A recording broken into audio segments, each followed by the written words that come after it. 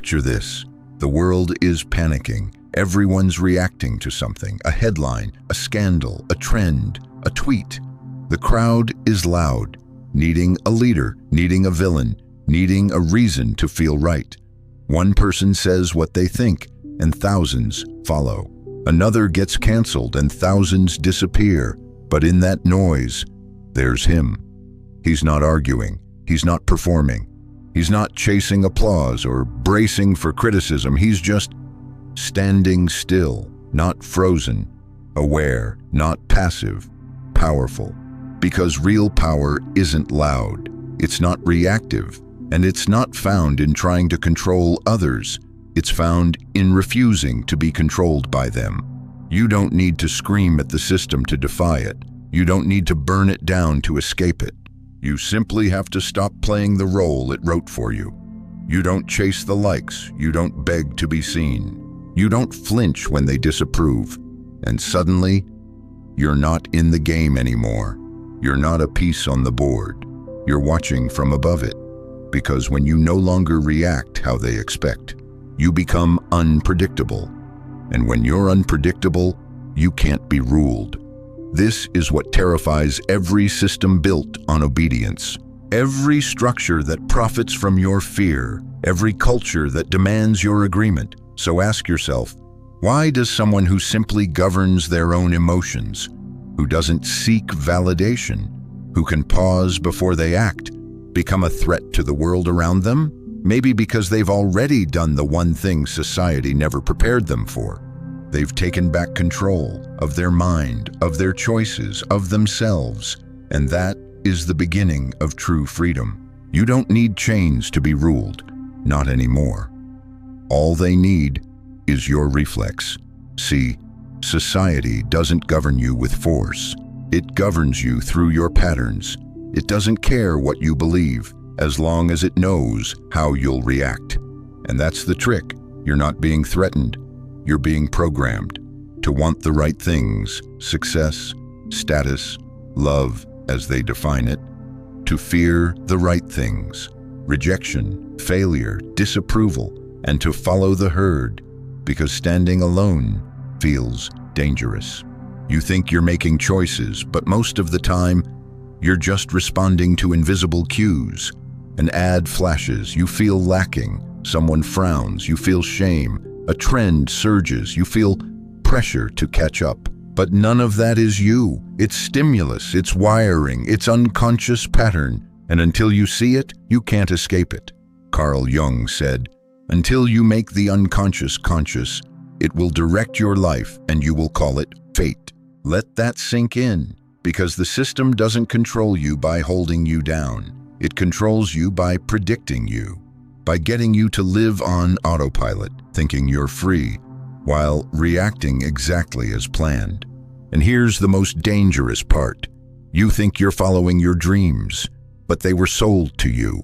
You think you're chasing meaning, but it's someone else's definition. The world feeds you a script, then rewards you for never questioning it.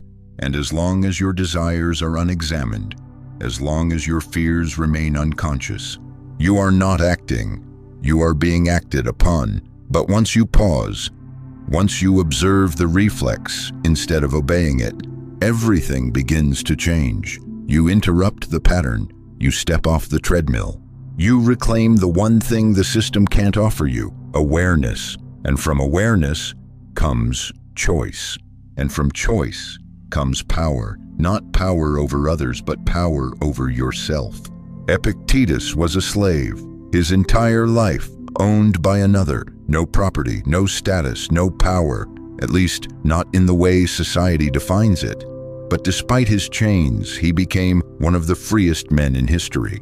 He said, "Freedom is the only worthy goal in life.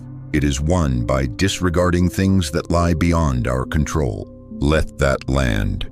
Because the world today has flipped that on its head. We think freedom means permission. The freedom to say anything, buy anything, be anything. But real freedom, it's not doing what you want. It's being free from being led by every want that appears. You don't own your life. If every insult controls your mood, You don't own your time if every notification hijacks your focus.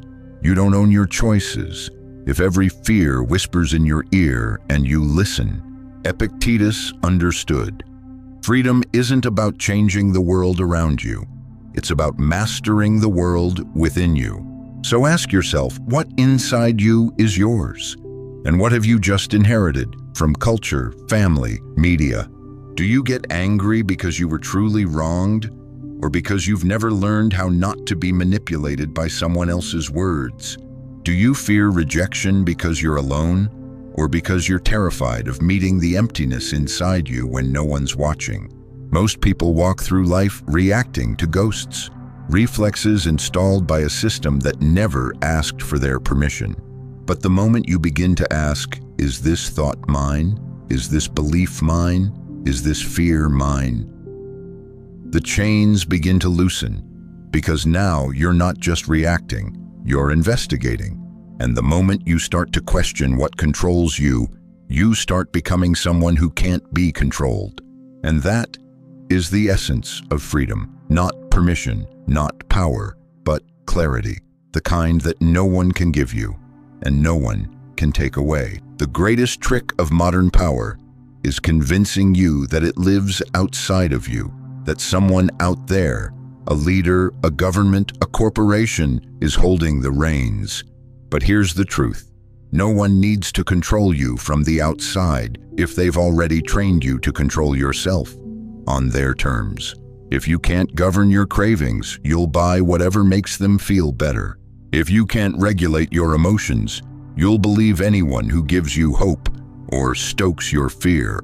If you don't know who you are, you'll conform to whatever identity the culture hands you, just to feel like you belong. And the system knows this. Politics doesn't need to be honest. It just needs to trigger fear so you vote for safety, not sovereignty. Marketing doesn't care about your growth. It just needs you to feel like you're missing something, so you consume to fill the hole. Pop culture doesn't need truth. It just needs everyone dancing to the same song, so the outliers feel like threats. You see, external control is an illusion. The real control happens in your habits, your impulses, your unquestioned responses. It's not about force, it's about frequency. Repeat the same pattern often enough, and soon you mistake it for your own nature. But here's the catch. A system built on unconscious reflex only works when you don't realize what's happening. The moment you pause and ask, why am I doing this? Who benefits from this reaction? Everything starts to unravel, because now the control loop is visible, and what's visible can be broken. You don't need to escape the world. You just need to escape the version of yourself that the world taught you to become. And that begins not with rebellion, but with responsibility. Not by attacking the system, but by reprogramming the only thing it truly uses to control you. You, Carl Jung said, until you make the unconscious conscious, it will direct your life, and you will call it fate. And for most people, that's exactly what's happening. They don't choose how they act. They react without even knowing why.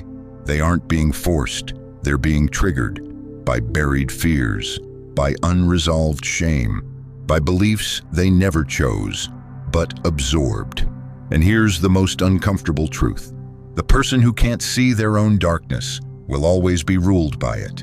You don't need to be evil to be dangerous. You just need to be unconscious, unaware of the forces inside you pulling strings you think are your own. That's all the system really needs, for you to stay distracted from the real battlefield, the one inside yourself. It doesn't care if you speak out. It doesn't care if you rebel, as long as you never pause and ask, am I doing this because I want to, or because I'm afraid not to?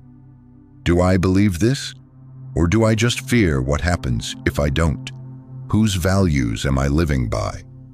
See, as long as those questions remain unasked, you remain programmable.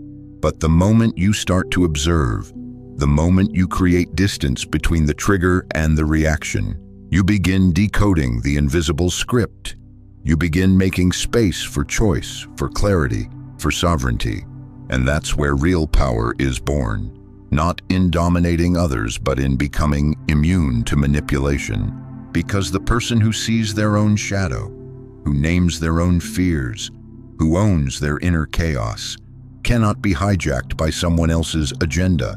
They become calm in conflict, still in chaos, free in a world built on invisible cages. And here's the paradox. You don't become powerful by adding more, but by uncovering what's already there and cleaning out what never belonged to you in the first place. So what does it actually mean to be self-ruled? Not as a theory, but as a practice. Not as rebellion, but as presence. Because once you stop being controlled by what's outside you, you realize the real challenge is taking ownership of what's inside you.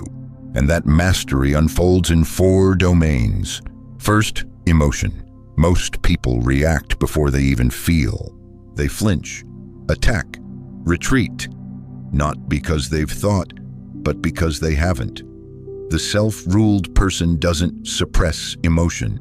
They observe it, they pause, they process. They respond with intention, not instinct. They're not cold, they're composed. Second, thought. If your beliefs are inherited, then your thoughts are rented. And anything rented can be taken away. The self-ruled mind doesn't borrow conclusions. It questions. It tests. It chooses what to believe based on truth, not tradition. Because if you don't know where your thoughts come from, someone else does.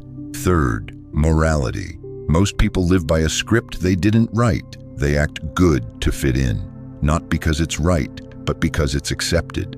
The sovereign doesn't outsource their integrity. They build a personal code based on reason, reflection, and lived experience. They do what's right, even when it's inconvenient, even when no one's watching. And fourth, desire. We're told to want more, always more. More status, more things, more attention. But the self-ruled person knows the difference between craving and calling. They don't chase to feel whole. They act from a place of wholeness. They know what's enough. And that makes them impossible to manipulate. Because here's the secret. When you govern these 4 domains, your emotions, your thoughts, your values, and your desires, you don't need to scream to prove you're free. You're no longer pushed. You're no longer pulled. You stand. And that is the quietest, rarest, most dangerous kind of power. Self-rule comes with a cost, and it's not one people talk about. You won't be celebrated for thinking for yourself. You'll be called difficult, cold, arrogant, unambitious, not because you are, but because you no longer play by the rules they never questioned. You'll stop needing what others need, and that makes them uncomfortable. You'll stop reacting how they react, and that makes them suspicious. You'll lose relationships, not always loudly, sometimes just quietly fading away, because some people weren't there to see you. They were there to use the version of you that needed them, and when that version dissolves, so does the dynamic. You'll be accused of pulling away, of changing, of being too much or too distant. But what's really happening is that you're coming home to yourself, and not everyone has the courage to follow. You'll look around and realize you no longer belong to any tribe. No box fits, no label sticks. That's the paradox. The more you belong to yourself, the less you'll be claimed by others. But here's the trade-off. No one holds the reins to your life anymore. No group, no authority, no ideology, no person. No one gets to press your emotional buttons and expect a reaction. No one gets to dangle approval and expect obedience. No one gets to define your worth because you no longer outsource it. And in that quiet exile, you discover something you never knew you were missing. Sovereignty. You're not performing, you're not chasing, you're not adjusting to be more acceptable. You are, finally, fully yours. And that kind of self-possession, it terrifies those who still depend on the crowd to know who they are. But to you, it's peace. Because when you rule yourself, you no longer need the world's permission to exist. Here's the paradox. The person who doesn't chase power becomes the one others trust with it. The one who doesn't beg to be heard is the one people lean in to listen to. The less you need from the world, the more the world responds to you. Because there's something magnetic about someone who's whole, not polished, not perfect, but unshakably theirs. You don't need to dominate anyone. You've mastered yourself. You don't need to prove anything. You've already accepted everything. You're not looking for approval. So when you speak, it's not noise, it's signal. People sense that. When you don't fear being misunderstood, you speak clearly. When you don't crave being accepted, you carry presence. When you don't flinch at rejection, you become impossible to threaten. And what's left is someone who's not looking to impress society, but to understand what it means to be real, to be human, fully, honestly, undeniably. You stop trying to be right in the eyes of the crowd and start becoming aligned with something deeper, the truth of your own experience. And oddly enough, that's when people begin to trust you, because you're not selling anything, you're not performing, you're not manipulating the room. You've simply outgrown the script. That's why those who lead themselves often become leaders to others, not because they seek to lead, but because they remind people what's possible. They are living proof that you don't have to be reactive. You don't have to be owned. You don't have to fake your way through life just to be loved. Because the person who rules themselves no longer needs to be ruled.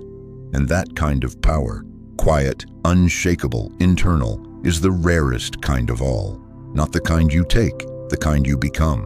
The world doesn't need more obedient followers. It doesn't need more people waiting to be told who to be. It doesn't need more performers chasing applause or rebels just reacting to the script. What the world needs now is sovereign individuals. People who are so rooted in themselves that no one, not culture, not systems, not even their past selves, can govern them without permission. People who question, people who reflect, people who walk away from noise so they can hear something deeper. You don't have to change the world to change your life. You just have to reclaim what the world convinced you to give away. Your attention, your belief, your voice, your center. So let me ask you, what has been driving you that felt like you but was never truly yours? Was it fear? Was it a need to belong?